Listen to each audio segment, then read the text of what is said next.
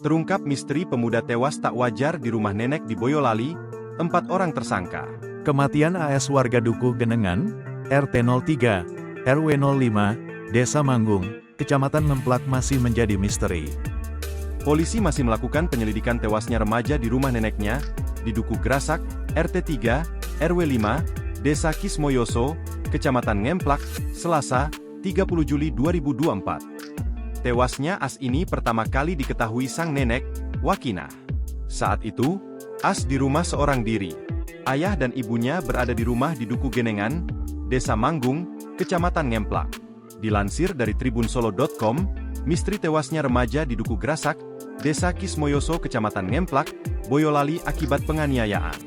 Aan Henki Damai Setianto, 16, itu tewas karena dikeroyok. Hal itu disampaikan Kasat Reskrim Polres Boyolali, Ibtu Joko Purwadi.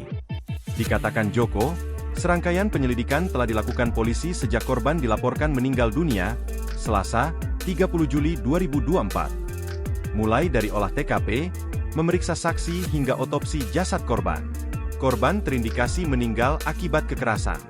Luka yang terjadi pada beberapa bagian tubuh korban membuat Aan mati lemas. Ada 4 orang tersangka yang bertanggung jawab atas tewasnya Aan, Selasa kemarin. Untuk sementara, pihaknya telah menetapkan 4 orang tersangka atas tewasnya remaja itu. Keempat tersangka itu 2 orang dewasa dan 2 orang anak-anak. Keempat tersangka ini merupakan bagian dari perguruan silat. Dia menambahkan, luka yang dialami korban fatal sehingga menyebabkan korban mati lemas.